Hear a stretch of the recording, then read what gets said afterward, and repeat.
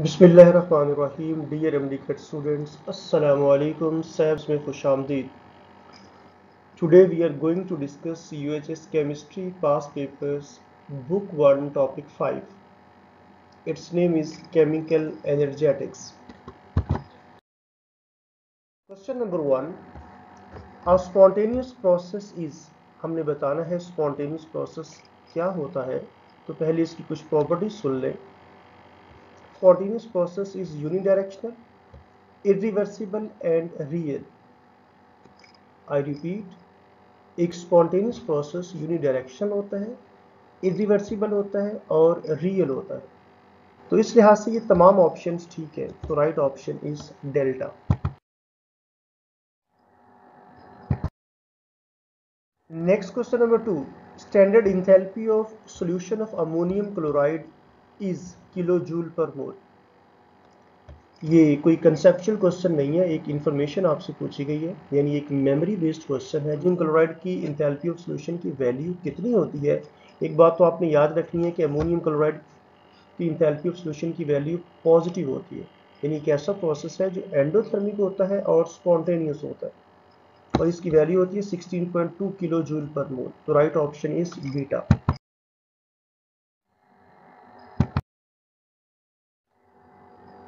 Next question number 3, when 1 mole of gaseous hydrogen ion are dissolved in water to form infinitely dilute solution, amount of heat liberated is। हमने बताना है कि जब gaseous hydrogen ion के एक मोल को water में डिसॉल्व किया जाता है, जो अमाउंट ऑफ एनर्जी रिलीज होती है हम उसे कहते हैं हाइड्रेशन एनर्जी, और H पॉजिटिव आयन की हाइड्रेशन एनर्जी की वैल्यू होती है -1075 किलो जूल पर मोल। ये भी एक मेमोरी बेस्ड क्वेश्चन है। Right option is alpha.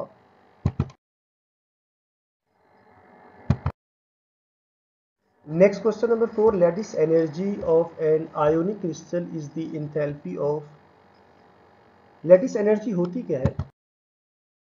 जब गैसियस आयंस आपस में मिलके एक मोल क्रिस्टल सॉलिड बनाते हैं तो उस दौरान जितनी अमाउंट ऑफ एनर्जी रिलीज होती है हम उसे कहते हैं लैटिस एनर्जी। NaCl की लैटिस एनर्जी की वैल्यू होती है 787 kilo joule per mole.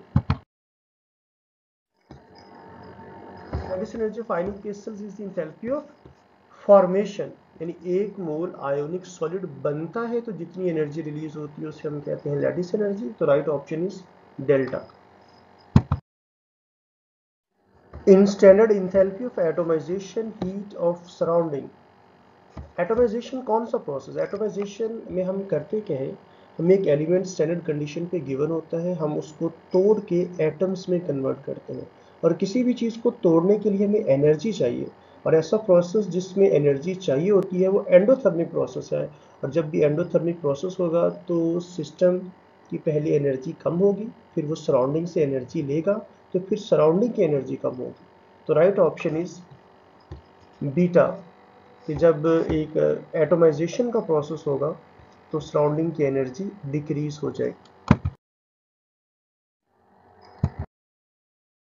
Next question number 6, delta H will be given a negative sign in. Delta H का enthalpy change.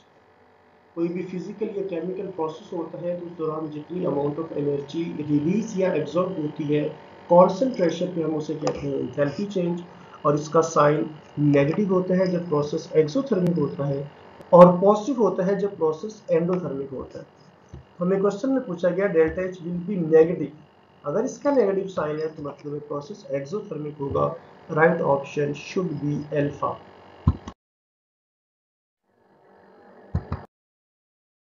Question number 7, combustion of graphite to form carbon dioxide can be done by 2 ways. Reactions are given as follows. ये हमें 3 reactions दिए गए हैं। First reaction में carbon oxidise होकर carbon dioxide में convert हो जाता है। सिंगल स्टेप में कार्बन डाइऑक्साइड बन रहा है और इस दौरान जो अमाउंट ऑफ एनर्जी रिलीज हो रही है उसकी वैल्यू है 393.7 किलो जूल पर मोल। ये सिंगल स्टेप रिएक्शन है। यही रिएक्शन हो रहा है लेकिन डबल स्टेप में हो रहा है। फर्स्ट स्टेप में पार्शियल ऑक्सीडेशन होती है, कार्बन मोनोऑक्साइड बनता है, और इसकी इंथैल्पी ऑफ फॉर्मेशन हमने मालूम करनी है, इसका नाम रखी है डेल्टा H1। सेकेंड स्टेप में कार्बन मोनोऑक्साइड की मजीद ऑक्सीडेशन होती है और ये कार्बन डाइऑक्साइड में कन्वर्ट हो जाता है, ये भी एक्सोथर्मिक प्रोसेस है और इस दौरान जो अमाउंट ऑफ एनर्जी रिलीज होती है उसकी वैल्यू है 283 किलो जूल पर मोल। अब फैसला कहता है कि अगर एक रिएक्शन सिंगल स्टेप में हो या एक से ज़्यादा स्टेप में हो उसकी इंथैल्पी चेंज कांस्टेंट रहती है, सेम रहती है। इसका मतलब है delta H should be equal to delta H one plus delta H two. इस इक्वेशन से आप डेल्टा एच वन की वैल्यू मालूम कर सकते हैं। कैसे? मैंने नेक्स्ट स्लाइड में ये कैलकुलेशन की हुई है। Let's see. ये देखिए कार्बन डाइऑक्साइड सिंगल स्टेप, ये डबल स्टेप में हो रहा है। तो मैंने हेस लॉ को अप्लाई किया। डेल्टा एच वन की वैल्यू मैं मालूम करना चाहता हूँ। Delta H to left side पे जाके नेगेटिव हो जाएगा। इनकी वैल्यूज पुट की तो आंसर आया -110.7 kilo joule per mole.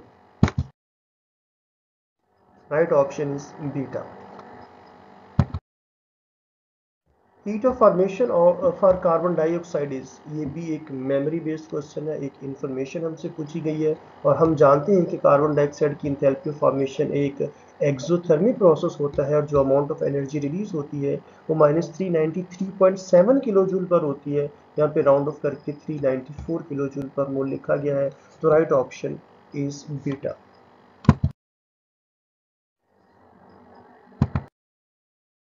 Next question number 9, reactants have high energy than products. ऐसा प्रोसेस जिसमें रिएक्टेंट की एनर्जी प्रोडक्ट से ज़्यादा हो उसे क्या कहते हैं? ये रिएक्टेंट्स है, रिएक्टेंट्स की इंथैल्पी देखिए ज़्यादा है, ये पोटेंशियल एनर्जी है, रिएक्टेंट्स की ज़्यादा है और प्रोडक्ट्स की कम है। इस किस्म के रिएक्शन को हम कहते हैं एक्सोथर्मिक रिएक्शन। और अगर प्रोडक्ट की एंथैल्पी ज़्यादा हो, रिएक्टेंट की कम हो, तो फिर हम इसे कहते हैं endothermic process.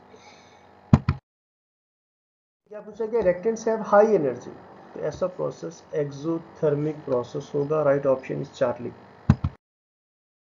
Question number 10, hydrogen के 2 मोल्स ऑक्सीजन के 1 मोल के साथ केमिकली रिएक्ट करके वाटर के 2 मोल्स बना रहे हैं। इस दौरान जो अमाउंट ऑफ एनर्जी रिलीज होती है वो है 205.5 किलो जूल पर मोल। ये वैल्यू रॉन्ग लिखी हुई है, 285 होनी चाहिए यहाँ पे। ये यूएचएस में ऐसे ही वैल्यू आई थी, रॉन्ग थी, मिस प्रिंटिंग थी, तो हमने इसी बेस पे आंसर देना है। What will be the enthalpy change in the above reaction? तो चूंकि ये formation of water is an exothermic process, exothermic के लिए साइन नेगेटिव आता है, तो 205 नेगेटिव होना चाहिए। Right option should B Charlie. ये मैंने नीचे मेंशन किया है कि इसकी वैल्यू जो गिवन थी वो रॉन्ग है, एक्चुअल वैल्यू 285 होती है। Next question number 11, the standard enthalpy of combustion of graphite at 25 degrees Celsius is 393.5 kilojoule per mole and that of diamond is 395.4 kilojoule per mole. Enthalpy change from graphite to diamond is, ये incomplete statement है। हमसे पूछा ये गया है कि जब आप ग्रेफाइट से डायमंड बनाएंगे तो उस दौरान इंथैल्पी चेंज की वैल्यू क्या होगी। हमें थोड़ी सी कैलकुलेशन करनी पड़ेगी, आइए करके देखते हैं। एक रिएक्शन है जिसमें कार्बन, ये गैसियस स्टेट नहीं है, G stands for graphite, carbon graphite की फॉर्म में है। तो ये जब ऑक्सीडाइज होते हैं CO2 बनाते हैं, इस दौरान जो अमाउंट ऑफ एनर्जी रिलीज होती है उसकी वैल्यू ये। लेकिन जब डायमंड की ऑक्सीडेशन होती है, CO2 बनता है, तो इंथैल्पी चेंज की वैल्यू ये होती है। हमने ये मालूम करना है जब ग्रेफाइट से डायमंड बनेगा, यानी ये सी ग्रेफाइट डायमंड में कन्वर्ट हो रहा है, उस दौरान कितनी अमाउंट ऑफ एनर्जी रिलीज या एब्सॉर्ब होगी। तो मुझे ग्रेफाइट लेफ्ट साइड पे चाहिए और डायमंड राइट साइड पे चाहिए, तो मैं इस सेकंड इक्वेशन को फर्स्ट इक्वेशन में से माइनस कर देता हूँ। मैं ऐसा क्यों करूँगा? जब मैं इसे माइनस करूँगा तो ये राइट साइड पे जाके इक्वेशन के पॉजिटिव हो जाएगा और मुझे भी राइट साइड पे पॉजिटिव चाहिए। माइनस करूँगा तो इसका नेगेटिव साइन आ जाएगा, यहाँ भी नेगेटिव आएगा, यहाँ भी नेगेटिव, और यहाँ पे भी साइन चेंज हो जाएंगे। साइन चेंज होंगे तो ऑक्सीजन ऑक्सीजन से कैंसिल हो जाएगा, CO2 से कैंसिल हो जाएगा। ये पॉजिटिव बन गया था, ये नेगेटिव, तो ये बड़ी वैल्यू है, बड़ी में से छोटी को माइनस किया तो आंसर पॉजिटिव आ जाएगा 1.9 किलो जूल पर मोल। देखते हैं राइट ऑप्शन कौन सी है। Right option is delta. Next question number 12, the equation that represents standard enthalpy of atomization of hydrogen is. हमें बताना है कि इनमें से कौन सी इक्वेशन ऐसी है जो standard enthalpy of atomization of hydrogen को रिप्रेजेंट कर रही है। तो इसका आंसर देने से पहले हमें पता होना चाहिए कि एटोमाइजेशन की एंथैल्पी होती क्या है। आपके पास कोई सब्सटेंस स्टैंडर्ड कंडीशन पे है, आपने उसके दरमियान किसी भी किस्म की बॉन्डिंग है उसको तोड़ के उसे 1 मोल गैसियस एटम में कन्वर्ट करता है और उस दौरान जितनी अमाउंट ऑफ एनर्जी रिक्वायर्ड होगी, क्योंकि एटोमाइजेशन हमेशा एंडोथर्मिक प्रोसेस होता है, हमने बॉन्ड को तोड़ना है और किसी भी चीज़ को तोड़ने के लिए एनर्जी चाहिए होती है, इसलिए एटोमाइजेशन की एनर्जी हमेशा एंडोथर्मिक होगी। तो यहाँ पे तो वाटर के मॉलिक्यूल्स गिवन है, ये 2 ऑप्शन तो पॉसिबल नहीं है। सी और डी दोनों सेम रिएक्शन है, लेकिन एक की वैल्यू पॉजिटिव है और दूसरे की नेगेटिव है। मैंने अभी बताया कि इंथैल्पी ऑफ एटोमाइजेशन की वैल्यू हमेशा पॉजिटिव होती है, यानी ये एंडोथर्मिक प्रोसेस है, तो right option should B Charlie. Question number 13, half a mole of hydrogen gas is converted into hydrogen atom in gaseous state. Delta H is 218 kilojoule per mole. Again वही question repeat हो गया है. In this reaction delta H will be called. आपने बताना है delta H को हम क्या कहेंगे.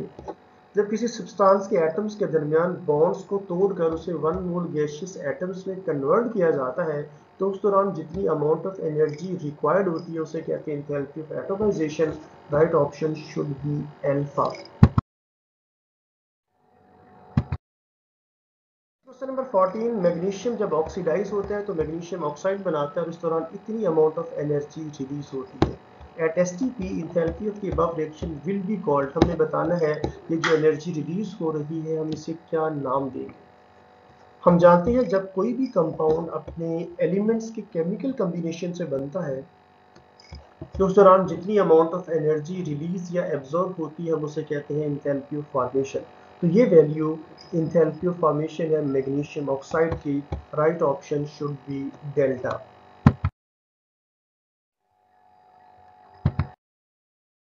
Next question number 15, 50 cubic centimeter of 1 mole per dm cube hydrochloric acid reacts with 50 cubic centimeter of 1 mole dm cube sodium hydroxide.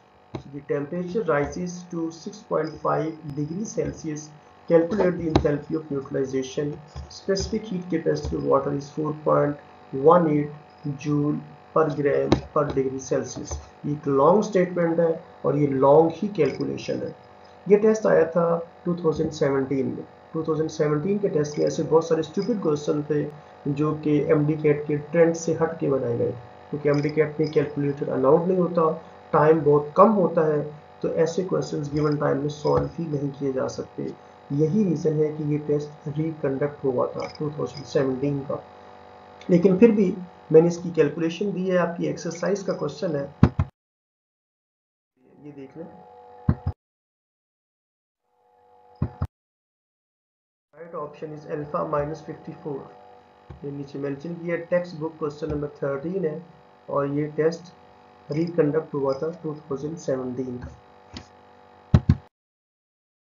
Next question number 16, calculate the lattice energy of sodium chloride on the basis of born-Haber cycle. इतना important article है इस chapter number 7 का, book 1 का. हमें sodium chloride की lattice energy वैसे ही याद है और ये क्वेश्चन पहले भी आ चुका है. लेटिस एनर्जी सिर्फ पूछी गई है, -787 किलो जूल पर मोल होता है, लेकिन चूंकि वैल्यूज गिवन है इसकी वजह से हम इसे कैलकुलेट भी कर सकते हैं. अगर हमें वैल्यूज इसकी वैल्यू याद नहीं है तो हम इस गिवन इंफॉर्मेशन से इसकी वैल्यू कैलकुलेट कर सकते हैं with the help of born-Haber cycle. कैसे? ये देखिए सोडियम और क्लोरीन यहाँ पे मौजूद है. जब इन दोनों के केमिकल कॉम्बिनेशन से NaCl बन रहा है, यानी जब कोई कंपाउंड अपने एलिमेंट्स के कॉम्बिनेशन से बनता है तो उस दौरान जो एनर्जी रिलीज होती है उसे एंथैल्पी ऑफ फॉर्मेशन कहते हैं, जिसकी वैल्यू है -411. एरो साइन यहाँ से नीचे की तरफ होना चाहिए था. ये सिंगल स्टेप में रिएक्शन हो गया और फिर आगे ये 5 स्टेप्स में हो रहा है, 1 2 3 4 एंड 5. हेस्ला कहता है कि अगर कोई रिएक्शन सिंगल स्टेप में हो या एक से ज़्यादा स्टेप में, उसकी इंथैल्पी चेंज कांस्टेंट रहती है, सेम रहती है.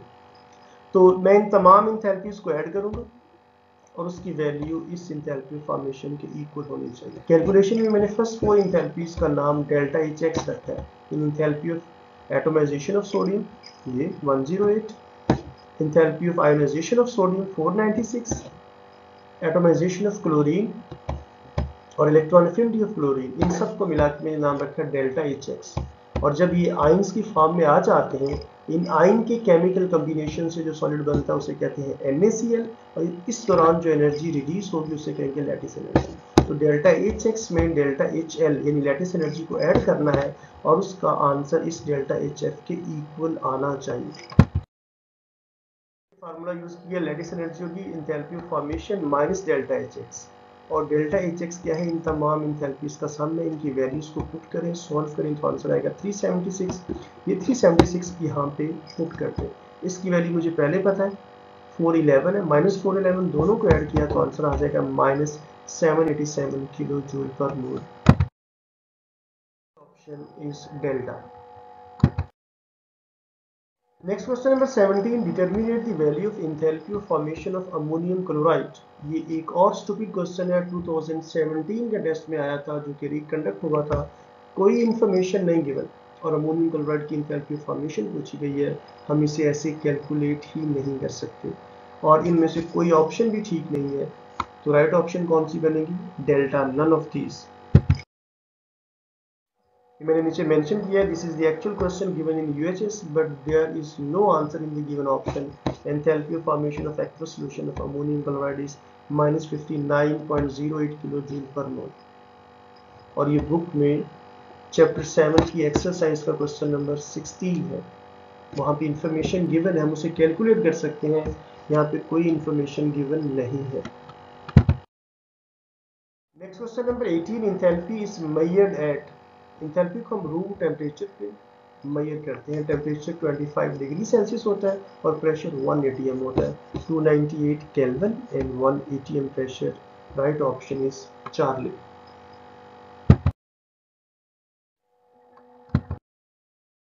Question number 19, reaction of water with quicklime. Quicklime calcium oxide को कहते हैं, result in the rise in temperature of the system. इन्हें अपनी क्विकलाइम को वाटर में डिसॉल्व किया, जिसके मिलने से स्लेट लाइम बनता है, कैल्शियम हाइड्रोक्साइड, और ये एक एक्सोथर्मिक प्रोसेस है, एनर्जी सिस्टम की ज्यादा हो जाती है। Using the concentration change indicate the nature of the reaction. आपने बताना है कि रिएक्शन एक्सोथर्मिक है या एंडोथर्मिक है। मैंने बताया कि रिएक्शन एक्सोथर्मिक होता है, क्यों, क्या बता रहा है कि टेम्परेचर बढ़ जाता है, सिस्टम का टेम्परेचर इंक्रीज हो जाता है, इसका मतलब है रिएक्शन एक्सोथर्मिक है। Right option is delta.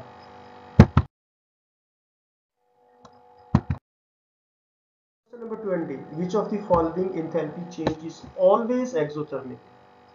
जब किसी चीज को जलाया जाता है तो हमेशा एनर्जी रिलीज ही होती है, ऐसा नहीं है किसी चीज को आग लगाएं और वहां से सर्दी निकले, हमेशा गर्मी ही निकलती है, इसलिए कंबस्शन का प्रोसेस हमेशा एक्सोथर्मिक है। तो right option should be beta, enthalpy of combustion. Dear students, अगर आप तमाम UHS पास पेपर्स के टॉपिक्स की डिस्कशन के लेक्चर्स को अटेंड करना चाहते हो तो मेरे इस YouTube चैनल को सब्सक्राइब करके बेल आइकन को प्रेस करें, ताकि जब ये वीडियोस अपलोड हो तो आपको उसकी नोटिफिकेशन मिलती रहे। आप इन लेक्चर्स को लाइक करके अपने उन फ्रेंड्स के साथ शेयर करें जो MD-CAT की तैयारी कर रहे हैं या FSC की तैयारी कर रहे हैं, ताकि मैक्सिमम लोग इससे बेनिफिट हासिल कर सकें। आपका बहुत शुक्रिया। अल्लाह हाफिज़।